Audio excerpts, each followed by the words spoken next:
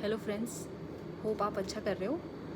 तो मैं अपने जर्नी के बारे में बताना चाहती हूँ कि मैं ओल्ड राजेंद्र नगर से वापस अपने घर आ चुकी हूँ और मैंने यूपीएससी को 5 साल दे दिया है और this was my fourth attempt. कुछ चीज़ें मैं बताना चाहती हूँ, जब आप ओल्ड राजेंद्र नगर जा रहे हो और जो गलतियाँ मैंने की थी वो आप मत करो। अगर देखा जाए 3.5 साल में जो खर्च आई है रहने खाने पीने और ऑप्शनल की कोचिंग करने में, वो करीबन 10 लाख रुपए आई है। वो चीज़ें जो चीज़ बीत चुकी तो वो वापस नहीं आ सकती, पर मैं अपने एक्सपीरियंस से आपको ये बताना चाहती हूँ जो कुछ चीज़ें जो आपको नहीं करनी चाहिए। फॉर एग्ज़ाम्पल, कोचिंग लेना या ना लेना ये आपके ऊपर है। मैंने ऑप्शनल की कोचिंग लिया था और जीएस के लिए मैंने सेल्फ़ प्रिपरेशन की थी।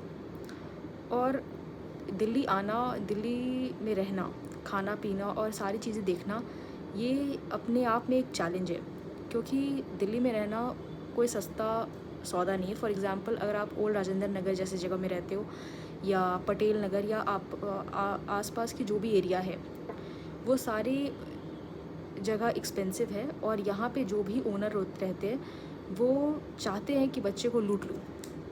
फॉर एग्ज़ाम्पल, मैं जब दिल्ली आई थी तो मुझे रेंट के बारे में पता नहीं था और वहाँ पे रूम जो भी ओनर देते हैं वो ब्रोकर के थ्रू ही देते हैं। बहुत रेयर केस होता है कि विदाउट ब्रोकर रूम मिल गई हो। तो मैं रूम ढूंढ रही थी और ऑब्वियसली ब्रोकर के थ्रू ढूंढ रही थी, और ब्रोकर हमेशा ये चाहते हैं कि आपको जो रूम दिलाए वो एक्सपेंसिव हो। वो कुछ भी बहाना बना सकते हैं कि भाई रूम का रेंट तो ऐसा ही चलता है, इधर तो ऐसे ही रेंट होती है। तो उन्होंने मुझे रूम दिलाया था। मैं जिस दिन गई थी तो मैंने एडमिशन वाजीराम में लिया था फॉर ऑप्शनल, और उसी दिन मेरे पापा मम्मी ने रूम देखना भी शुरू कर दिया था। मुझे पूरे दिन भर रूम नहीं मिला था, क्योंकि मैं जैसे रूम ढूंढती थी वैसा रूम था नहीं, या वो बहुत ही ज़्यादा छोटा था। छोटा इन सेंस कि कुछ वेंटिलेशन ही नहीं था। मुझे छोटे रूम से भी प्रॉब्लम नहीं था, वेंटिलेशन नहीं था, धूप पानी कुछ नहीं था। मतलब एक तो ऐसा रूम था जो बिल्कुल ही गैरेज में बनाया था उन्होंने रूम, और वो करकट करकट समझते हो, वो टिन की जो वो होती है, अ, जो बनाते हैं रूफ टॉप में, वैसा रूम दिया था। और उसकी रेंट उन्होंने बताया था 17,000 पर मंथ। मैं तब भी, मुझे कुछ समझ में नहीं आ रहा था, और सुबह अगर देखा जाए तो 10 बजे से लेकर 3 बज गए थे, मुझे कोई रूम नहीं मिला था ढंग का। 3 बजे वो करकट वाली रूम मिली थी और मैं इतना डेस्परेट थी रूम लेने के लिए कि मैंने रेडी हो गई थी कि हाँ मुझे इसमें रहना है। पर मेरी मम्मी ने मना किया कि नहीं, क्योंकि अगर बारिश होगी तो कुछ भी हो सकता है, वो वाटर लॉगिंग हो सकता है या कुछ भी स्नेक या कुछ ऐसा आ सकता है। फिर फाइनली मुझे शाम के 6 बजे एक रूम मिलता है जो मुझे थोड़ा बहुत अच्छा लगा। पर हाँ, वो 4th फ्लोर पे था और कोई लिफ्ट नहीं, स्टेयर्स, और कंपैरेटिवली बाकी रूम से तो अच्छी थी। तो वो रूम का जो चार्जेस है वो 16,000 था पर मंथ, और ये 16,000 बस एक रेंट है जो आप बस ओनर को देते हो। बाकी की चीज़ें आपको खुद मैनेज करनी होती है। फॉर एग्ज़ाम्पल, अगर आप खाना पीना खा रहे हो तो अगर आप कुक रख रहे हो तो वो 2,000-2,500 तो लेगी ही लेगी, साथ में उसकी ग्रॉसरीज आपको खुद मैनेज करना है। या अगर आप टिफ़िन लगवा रहे हो तो वो 80-90 रुपीज़ पर प्लेट चलता है, तो उसके हिसाब से चीज़ें हैं। फॉर एग्ज़ाम्पल, आप खाने पीने में 4,000 तो मिनिमम लगता ही लगता है पर मंथ। तो 16,000 का रेंट, 4,000 का खाना, तो वैसे ही 20,000 हो गए। फिर साथ में बाकी की मिसलेनियस एक्सपेंसेस भी है जो आपको मैनेज करना है, तो वो आप अलग से रख लो।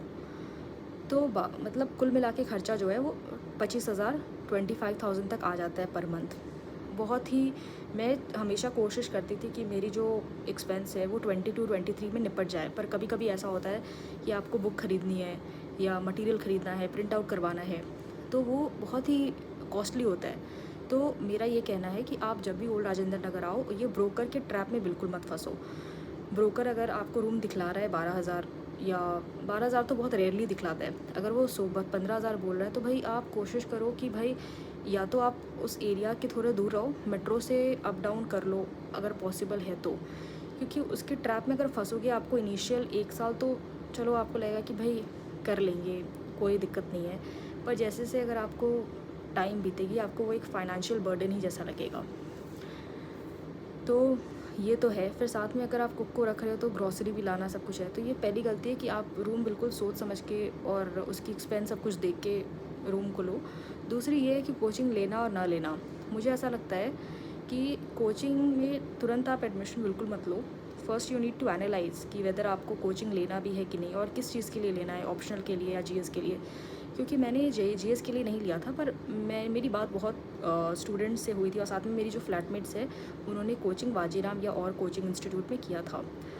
मैं किसी कोचिंग के पर्टिकुलरली के बारे में कुछ बोलना नहीं चाहती हूँ, पर उन्हें कोचिंग की रेलेवेंस उतनी नहीं लगी थी फॉर जीएस पर्पस। ऑप्शनल हो सकता है, पर उन्हें ऐसा लगा कि भाई जीएस की उतनी रिक्वायरमेंट नहीं है। हो सकता है उनका कुछ अलग एक्सपीरियंस हो। तो मैं ये कहना चाह रही हूँ, for taking coaching you need to analyse yourself. PYQ देखो, फिर साथ में आप सिलेबस देखो और ख़ुद को भी जज करो कि वेदर यू नीड कोचिंग और नॉट। तब जाके किसी कोचिंग में एडमिशन लो कि आपको आना भी है कि नहीं, या आप ऑनलाइन के थ्रू कर सकते हो। तो ये गलतियाँ मुझे ऑप्शनल की लेनी थी, तो मुझे ऐसा कुछ बड़ा सा वो नहीं लगा ड्रॉबैक की मैंने गलती की। मैंने वाजीराम से ही कोचिंग लिया था फॉर ऑप्शनल। पर मुझे मेरे साथ जो गलती हुआ, मैंने बहुत ही लंबे समय, मैंने 3.5 साल मैंने स्पेंड किया वहाँ पे रहने के लिए। क्योंकि मुझे ऐसा लगा, मैं ये होता है ना ORN की एक इमोशनल लूप होती है कि आप अगर चले गए तो आप थोड़े फंस जाते हो। तो उस इमोशनल लूप से निकलना थोड़ा टाइम लग गया मुझे ऐसा लगता है कि मैं अगर 2 साल पहले ही 2 साल रह के निकल लेती तो ज़्यादा अच्छा होता। पर कोई नहीं, I don't have any regret, क्योंकि मुझे थोड़ा बहुत एक्सपीरियंस ही हुआ। कुछ लोग कहते हैं कि नहीं, ओल्ड राजेंद्र नगर आना अच्छा नहीं है, ये नहीं है। पर मेरी थोड़ी ये राय है कि अगर आप बहुत ही ज़्यादा रिमोट में रहते हो, फॉर एग्ज़ाम्पल बहुत ही छोटे शहर, बहुत ही छोटे गांव में रहते हो, और आपको थोड़ा बहुत कोई गाइडेंस नहीं है, और आपने कोई ऐसा बड़ा एक्सपोजर नहीं है, तो आप 1 साल या 1.5 साल रह सकते हो। You can take coaching of any optional या कुछ भी ऐसा आप कर सकते हो, कोई दिक्कत नहीं है अगर आपके पास फाइनेंशियली बैकअप है तो। But it is also not mandatory to take any coaching. ये भी है कि भाई मैंडेटरी बिल्कुल भी नहीं है, क्योंकि बहुत लोग ये जो इन्वायरमेंट यहाँ पे ओल्ड राजेंद्र नगर का है, ये बिल्कुल ही ऐसा नहीं है कि आप बस एक स्टडी पे फोकस कर सकते हो। मैंने यही देखा है कि जो लोग आते हैं, फॉर एग्ज़ाम्पल बिल्कुल बैचलर्स करके आते हैं, तो उन्होंने बहुत सारी चीज़ें देखी कि यहाँ बहुत ही फ्रीडम है। बच्चे क्या कर रहे हैं कि लाइब्रेरी जा रहे हैं, कोई पाबंदी नहीं है टाइम का, कभी भी आ सकते हो, कभी भी जा सकते हो, कुछ भी गपशप कर सकते हो, क्या बोलते हैं, सिगरेट पी रहे हैं, स्मोकिंग कर रहे हैं, तो ये सारी चीज़ में कोई रेस्ट्रिक्शन नहीं है। तो ये सारी करके ना वो अपनी टाइम वेस्ट करते और टाइम निकल जाती है। तो ये सारी चीज़ों से बचो, जिस चीज़ के लिए आए हो उस पर फोकस करो, मेनली ये है। और take your time as a money. जो आपका टाइम है वो एक तरह से मनी है, और उसे आप एक एक्सपीरियंस, एक्सपोजर और भी चीज़ों में लगाओ। फॉर एग्ज़ाम्पल, आप कुछ साथ में, अगर आपके पास इतना ही टाइम है तो आप कुछ सर्टिफिकेशन कर लो, ताकि एज अ प्लान बी वो एक्ट करे। जैसा आप पेपर आ रहा है, आप देख रहे हो कि प्लान बी पे भी एक्ट करना बहुत ज़रूरी है। आप बस एक प्लान ए पे नहीं फोकस कर सकते। मैंने अपनी मास्टर्स कर ली है, तो और साथ में मैंने कॉर्पोरेट में भी काम किया है, तो मुझे ऐसा था नहीं, मैं बिल्कुल ही अपने टाइम को वैल्यू करती थी उस जगह। मैं कभी इधर उधर अपने फ्रेंड्स के ग्रुप में बहुत ही रेयर केस में महीने में 1-2 बार चली गई, तो चली गई कुछ खाने पीने, ताकि मेरा माइंड फ्रेश हो जाए। पर ऐसा मेरा हर दिन कभी ऐसा नहीं होता था कि मैं चाय पी रही हूँ, ये पी रही हूँ। मैं हमेशा हर कुछ मैं खुद ही, मेरी कुक आती थी, पर मैं चाय या स्नैक्स मैं अकेले खुद करती थी अपने रूम में। मैं खुद चाय बनाती थी और खुद करती थी। तो ये है कि you should value your time when you are living in old Rajendra Nagar और करोल बाग, या वैसे एरिया जहाँ पे आप पढ़ाई कर रहे हो। और ये गलती होता है, तीसरा गलती जो स्टूडेंट करते हैं कि आते हैं तो बिल्कुल ही रिलैक्स्ड और फ्रीडम का मिसयूज़ करते हैं। चौथी चीज़ें हैं ब्लाइंडली कोचिंग इंस्टीट्यूट पे बिलीव करना कि वो सब कुछ ही करवा देंगे और आप बिल्कुल ही एग्ज़ाम रेडी हो जाओगे। ऐसा नहीं होता। मैंने अपने ऑप्शनल में देखा, मैं जब फर्स्ट ईयर आई थी तो मुझे ऐसा लगा था कि कोचिंग वाले हर कुछ करवा देंगे, पर जैसे मैंने PYQ देखा तो बहुत सारी चीज़ें मिसिंग थी। तो आपको खुद देखना होगा कि आपने क्या क्या किया है, आपकी क्या क्या मिसिंग पॉइंट्स है। सारी चीज़ें कोचिंग वाले नहीं कराएंगे, वो बस एक बेसिक फ्रेमवर्क आपको डाल देंगे, काम तो आपको ही करना है। तो यू हैव टू सी कि क्या क्या कोचिंग वाले नहीं करा रहे। कभी कभी क्या होता है कि एग्ज़ाम पास आ जाता है, आप बहुत ही डिपेंडेंट हो जाते हो कोचिंग के मटेरियल पे, और आप खुद वर्क नहीं करते। मैंने बहुत सारे फ्रेंड्स के साथ देखा है, तो यू शुड सी कि आपका PYQ क्या है और लास्ट ईयर क्वेश्चन पेपर क्या है और उसके हिसाब से आप काम करो। तो ये चौथी गलती है। पांचवी गलती है कि फ्रेंड्स और जो भी सर्कल कलीग हैं उनके, या दीदी भैया हैं या कोचिंग के ही जो टीचर हैं, उनके हवाबाजी में आ जाना। क्या होता है कि ये लोग बहुत हवाबाजी देते हैं कि ये भी कर लो, वो भी कर लो, ऐसा ही तो होता है, ऐसे ही तो चलता है, हम भी तो ऐसे ही करते हैं, ये तो लॉन्ग जर्नी होती है। ये सारी चीज़ें नहीं होती है। कीप योर माइंड ओपन और न्यूज़ देखो, चीज़ें को देखो और कैसे दुनिया चल रही है। आप बिल्कुल ही एक कोकून की तरह नहीं बंद हो सकते एक रूम में। You have to explore yourself, you have to see कि दुनिया में क्या हो रहा है, कैसे चेंजेस हो रही है, कैसे टेक्नोलॉजी डेवलप हो रहा है, क्या क्या जियो पॉलिटिक्स में चेंजेस हो रहा है, और आप किस तरीके से खुद को अपग्रेड कर सकते हो अपार्ट फ्रॉम UPSC।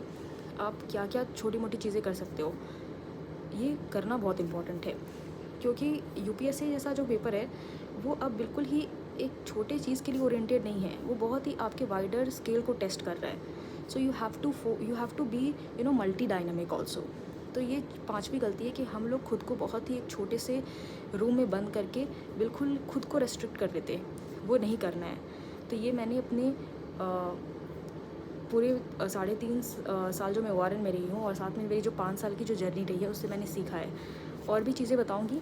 होप आपको थोड़ी बहुत इन्फॉर्मेशन अच्छी लगी हो, और अच्छी लगी हो तो प्लीज़ सब्सक्राइब। Thank you.